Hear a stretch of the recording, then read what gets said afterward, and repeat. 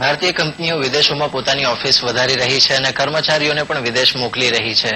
આ સંજોગોમાં કર્મચારીઓના સંતાનોને શિક્ષણની મુશ્કેલી નડે તે સ્વાભાવિક છે. પરંતુ સિંગાપુર જનારાઓ હવે મૂંઝાવાની જરૂર નથી.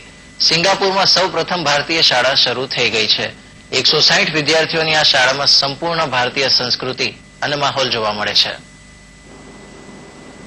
વૈશ્વિકરણના પગલે ભારતીય કંપનીઓએ વિદેશી બજારોમાં પગપેસરો કરતા જ ભારતીય નાગરિકો પણ 2-5 વર્ષના ગાળા માટે વિદેશ જવા માંડ્યા છે.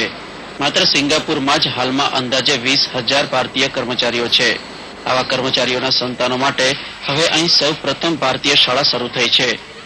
અગાઉ આ બાળકોને આંતરરાષ્ટ્રીય શાળામાં વાતાવરણને અનુકૂળ થતા મુશ્કેલી પડતી અને ઘણાને તો નીચલા ધોરણમાં એડમિશન લેવા પડતા.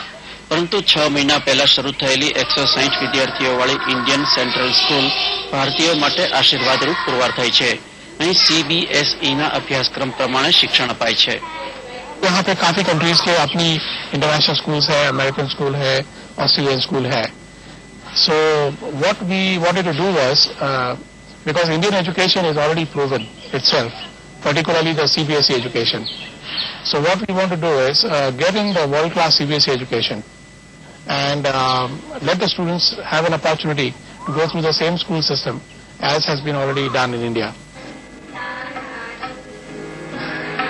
સંપૂર્ણ ભારતીય વાતાવરણ અને ભારતીય સંસ્કૃતિ વચ્ચે અપાતું શિક્ષણ વિદેશમાં પણ ભારતીય માટીની યાદ અપાવે છે, જેનું પ્રતિબિંબ શાળાના પ્રથમ વાર્ષિક દિનના કાર્યક્રમમાં દેખાયું.